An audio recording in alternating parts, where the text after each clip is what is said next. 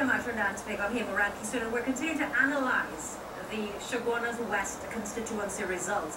Yesterday, the ILP 12,631, UNC, a heartland constituency, the Prime Minister, the Attorney General, the deputy political leaders, the political leader of the Congress of the People, they all walked Chaguanas West. The country seemed at a standstill, all fascinated by this constituency with 27,000 voters. Well, yesterday they spoke. And they spoke volumes. A party that was less than a month old was able to defeat the UNC, the mighty UNC, in its own backyard. Is it a political anomaly? Was it an anti-UNC vote? Was it an anti-Kamala vote?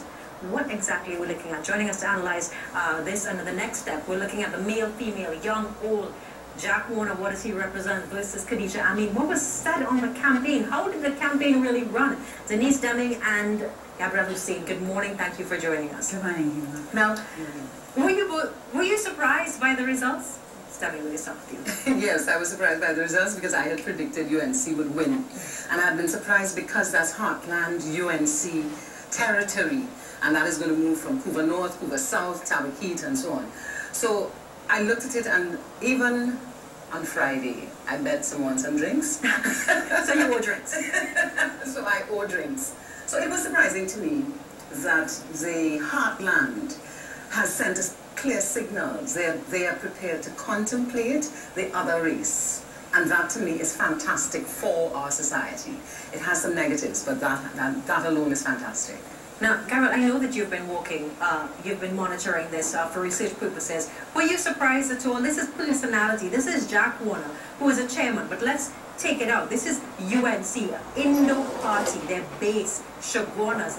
What it was said, anything past Carney Bridge belonged to Pandey and his party.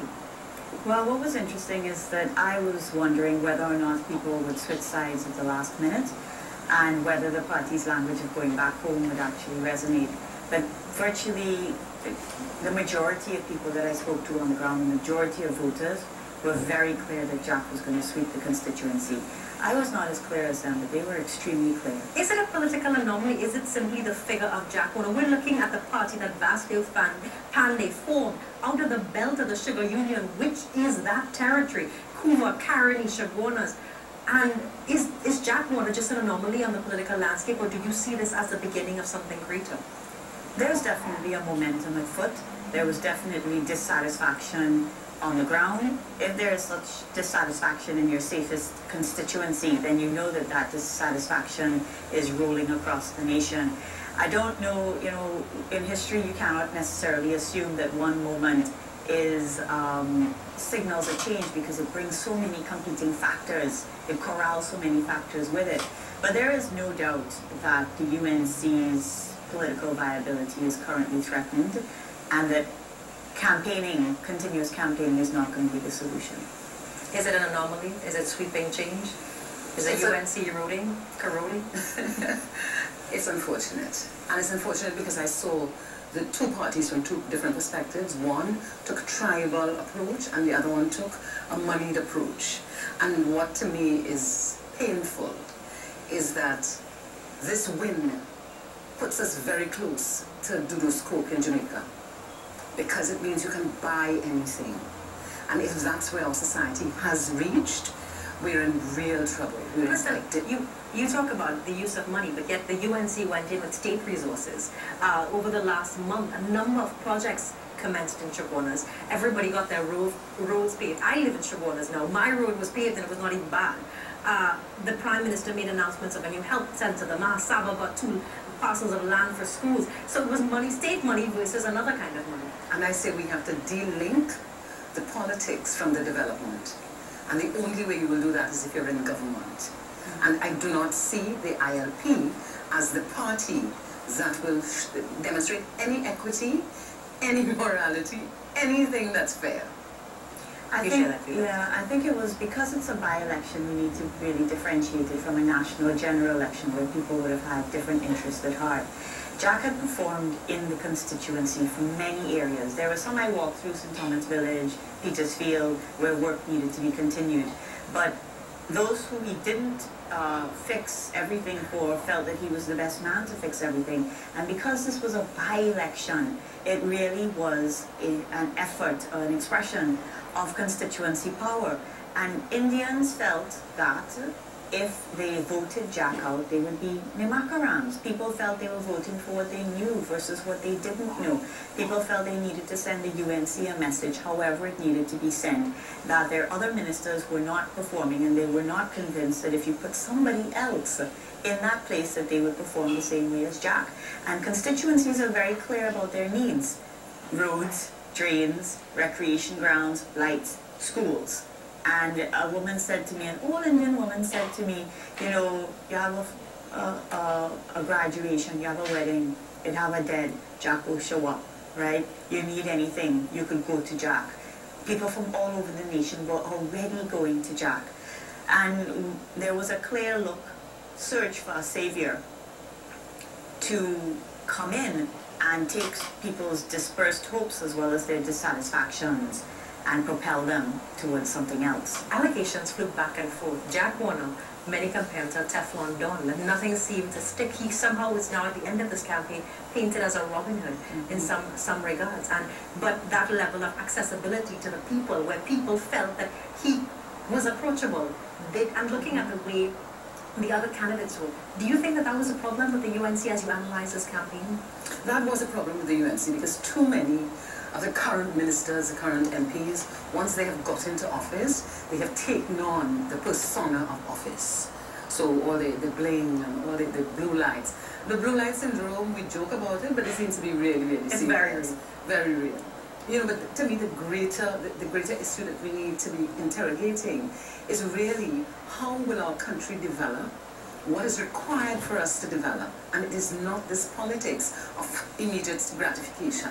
There has to be a longer term approach to the political diaspora, to everything that we're doing. There's too much of give me this, give me that. Nobody gives you anything, you work hard for it. Demming, you are a communications expert. Looking at the messages that were sent, the way now, both parties took all parties, and we keep analyzing the two, the Jack Warner and the UNC. Come on, 2%, forget the rest. But, you know, the messages that were sent, the Prime Minister Kamala Persad-Bissessar stood on that platform, she took Jack Warner on herself. How do you think this whole campaign was handled? If you look at it theoretically and technically, they did all that they were supposed to do in terms of media. The media spend, they niche marketed because it is on the Indian stations, and you heard the ads and so on. They recognized, they kept it as a local campaign. When it came to the national level, it became a dirty campaign. It became a campaign of slinging mud. And you know, people forget that when you sling mud, some sticks. Doesn't always go in the opposite direction. And that to me is a critical issue that we need to move away from. I would have been happier if the Prime Minister did not get down and dirty with Jack. Because in fact, the Prime Minister embraced Jack for a long time. What happened overnight? Now also the dynamic. Khadija Amin, young, beautiful, female. Jack Warner. And at the beginning, she positioned herself as a female youth going up against the old notion of politics. But yet she was surrounded by everyone who Jack Warner was attacking for the old corrupt ways. And there we have Jack Warner, who also has a myriad of allegations hanging over his head. How do you think they both, where did it go so wrong for the UNC and where did it go so right for Jack Warner? Jack was smart enough to build his own power base from early on, and that's the first thing every politician should learn. You must come into politics with your personal power base. The election for me really signals three things. One is three momentums, and I think the momentum of calling for actual representation is very real. It is very valid. I agree with Denise. I think that I have my own skepticisms about Jack as a national leader for reasons that are already in the public domain. But the call for representation is a powerful one, and it is heard across all constituencies, and I think it's absolutely distinct from voting before. The second thing was that race was not a factor, and I think that that is also... Did that surprise you as an anthropologist? Well, this takes me to the third thing that actually did surprise me, that it wasn't a factor. Up to last night at the UNC constituency office, activists were saying, no, people will come back home, they will come back home. And I kept saying, well, that's funny, because I talked to so many people in UNC t-shirts who were voting for Jack. People on the campaign trail with the UNC who were voting for Jack. Right? So I was saying to them, I'm not sure people are coming back home, but what really struck me is that home is no longer, the UNC is no longer a home for these people in its safest seat. And I think that that is going to be, that's the most powerful wake-up call that the UNC doesn't have the capacity at this moment to think critically about, unless they're willing to be honest. And they have not been willing to be honest on the campaign trail, because throughout, as I would say to them, you know, I'm hearing this, as I trail behind you, I'm hearing this, they'd say, nah, you're wrong, we're not getting that, you're wrong. And I couldn't understand how they couldn't hear what was Where was the going on. distortion coming from? Clearly, the message isn't being sent to the politicians, Ms. Demming. The politicians have the blue light syndrome. The distortion is coming from their own self-perceptions and their own feelings of power. They have forgotten to check in. And I think the most critical thing that has come out is that Jack Warner was anointed in 2007 by Bastio Panday. So he was anointed by someone who is a tremendous person, and that person was leading. There's a vacuum. Nothing has been created. Nobody is filling the void that Bastio Panday has left. In addition, Jack Warner from 2007 hit the ground. He went to every mandil, he went to every funeral, he went to every puja that he invited him to. He was present. When last you've seen your representative? Representatives are not coming out. Particularly in safe constituencies. Particularly in the safest UNC constituencies are the ones where they have to fight the least for your vote. The thing is, Khadija never had a chance, and it was never about Khadija anyway. As one woman said to me, don't worry, I voted for Kamala.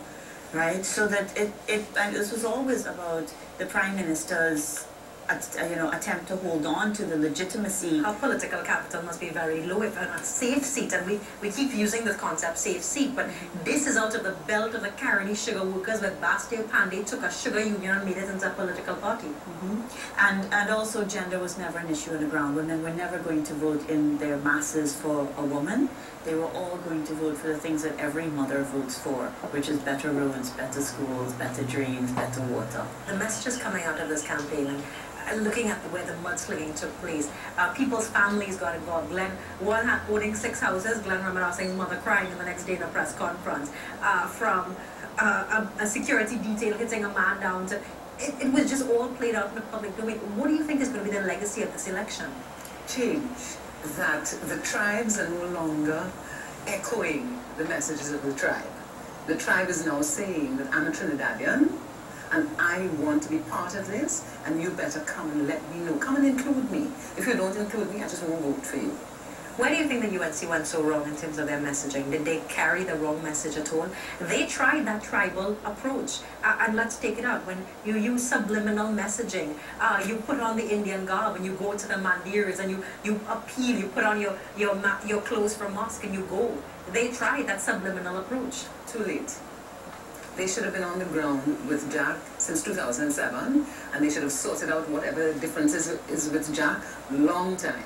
Because Jack is the only politician on the current political landscape who can tell you where people live. You know, the rest of them are just waiting because they think that we will vote as we did in the past. They don't realize that the game has changed. Specifically at a national level, where they've gone wrong is very complex. But with regard to the constituency, where they went wrong is in defending Jack up to several weeks ago. Loving Jack, holding his hand, telling people to love him. People love him because that's the message that they got. Well, you know, look, I mean, I made the point with Mrs. Demming. Religion of Satmaraj, this is predominantly an Indo-Hindu community.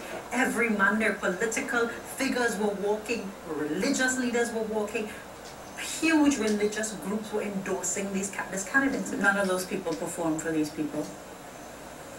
So in the end, can I just say his performance beat all talk in the end, and that's what won it? Or is it Jack's magnanimous figure? And do you see Jack as having the ability to take this national? I don't have a crystal ball. I mean, I had got it wrong. So did the UNC admits I got it wrong on that.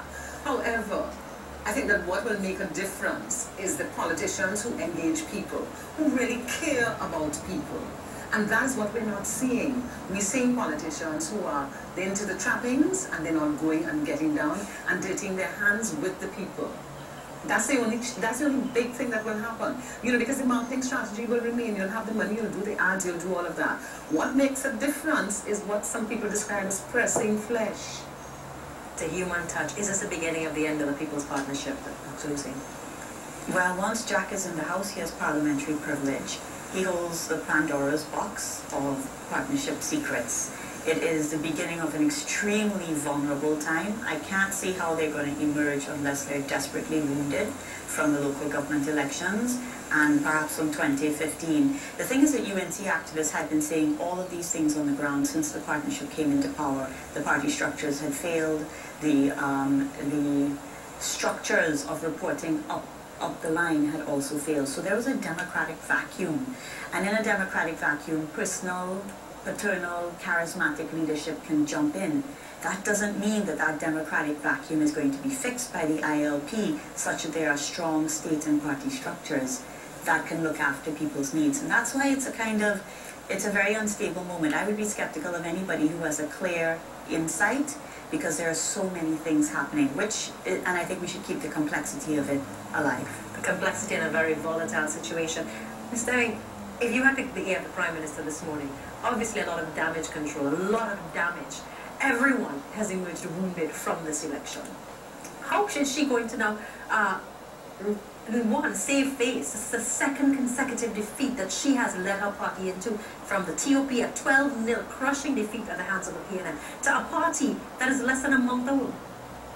Well, the Prime Minister has to go back to her humility, and she has to level with people, and she also has to shed her baggage.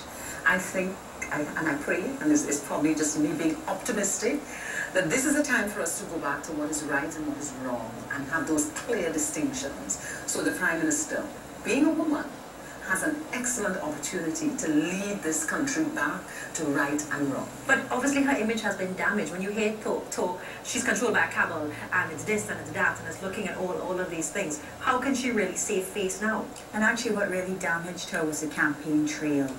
The ways that she interacted with Jack on the campaign trail were a terrible indictment of her own statesperson-like qualities, and she's going to have to recover from that. Can she recover from that? You're a PR expert, Ms. Demming. How is she going to swing this? If you want to live your hope, how would she manage to come out of this? She can swing it. She just has to go back to who Hema has been years ago. Go back to those fundamental moorings of right and wrong. I'm repeating myself, but that's the only thing that will help our country. If people go back to listen, money can't buy it. Money cannot buy all the things that we're going after. Money cannot buy. We're going to, at this time, Bastio Pandey joins us on the telephone. Before we speak to Mr. Pandey, who is the founder of the UNC, one of its most precious gems has been taken away from its crown. Let's find out from Kamal what's happening in news. Kamal joins us on set. He has been following the Chaguanas West by-election. Hopefully today he'll get some rest when he goes home. He has been having very, very long days. He was in the ILP camp last night. Kamal, what else is happening?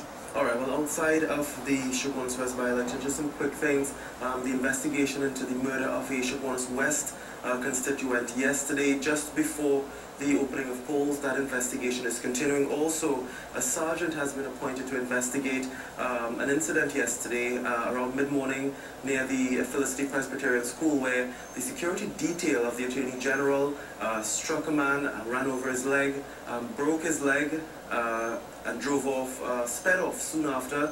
Well, a sergeant has been assigned to investigate that matter. You would have heard the back and forth between the Attorney General and media personality in Ishmael over who is responsible for it. The Attorney General saying his security detail was harassed, Ishmael saying he was merely doing his job. And just one other thing, Mr. Warner has said Sunday, of course, for another mass motorcade, a thank you motorcade, he's dubbed it, to say thank you for all those who supported him in this by-election campaign. Just some of the things we're following at this time. Come on, thanks so much for that.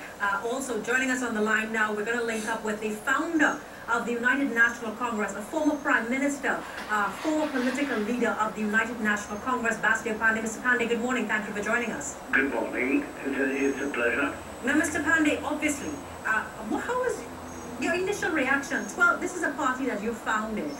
They got sorely beaten last night at a by-election. This is what's considered to be UNC heartland territory, 5,126 to the ILP's 12,631. Your thoughts on the results? First of all, the party that was defeated yesterday was not the one that came out of Club 88. The party that came out of Club 88 and which took us 22 years to build was destroyed in 2010. So that's not the party that lost.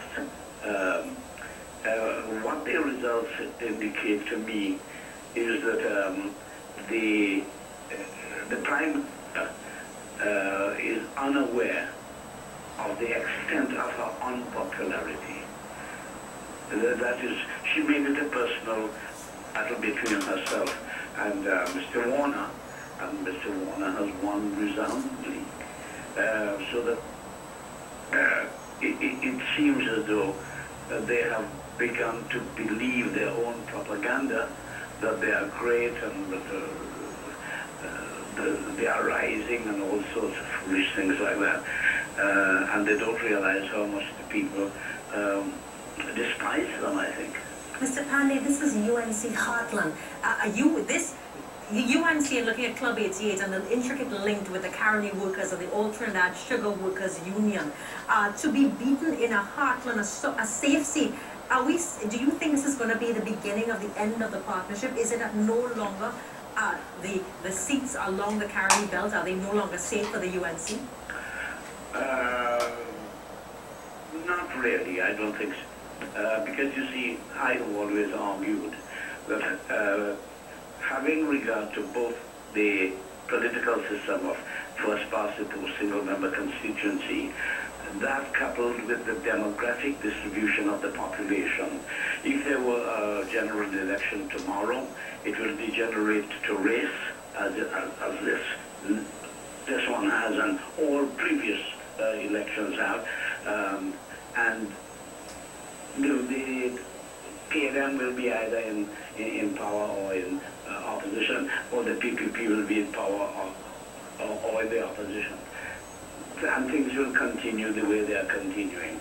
The only answer is constitutional reform. Ms. Pandey, my final question to you. What advice would you have for the Prime Minister this morning as she is now attempting, should she embrace Jack Warner, can they all kiss and make up at this time after all that has been said on the campaign trail? And if she doesn't embrace Jack Warner, what does it mean for her government? I don't know what is going to happen. I don't know what Mr. Warner's plans are. I did know that he, first of all, the Prime Minister had said she would welcome him back into the PP and so on condition that he cleared his name. And I recall Mr. Warner saying after that if he goes back, his re-entry has got to be unconditional. So this looks like they are between a rock and a hard place, and I don't know what is going to happen. But as I say, in politics, anything is possible. Mr. Pandey, thanks so much. Anything is possible in politics. Looking at the Prime Minister, has the novelty worn off? That effect, that Kamala mania that took over in 2010? Yes, it has. She now has to demonstrate who she is. She has to build, she has to do things, and I go back to the philosophy, you have to de-link the politics from the development of the country. She has been attacked being as a weak, she's been painted as a weak woman by her detractors, saying that she's controlled by Rudy Munilal, Suraj Rampachan, Anand Ramlogan, Chandra Shatton. I don't think that she's controlled by them. She would not have arrived at where she is today if she was a woman susceptible to control. There's been a lot of conversation about what are her bogies, what are the skeletons in the closet. And to me, whatever those are, we love Bacchanal, we love the old talk and so on. If it's about alcohol, that's not a problem because a lot of people drink in this country, so you can't be so duplicitous. Is it about some kind of looseness in behavior? What's the problem with that? Most people are. You know, so to me, those two issues, you just get rid of them, forget them. Go back to what she fundamentally is. There's a Kamala Prasad who was the Minister of Education many, many years ago. And that, to me, is who she was. Who she was, who she is. There was a lot of damage to her reputation on the campaign trail. And she was painted as a weak woman. Well, what it is that in having because the campaign, if you follow the UNC campaign, they sort of re-strategize daily. And the messages would changed every few days.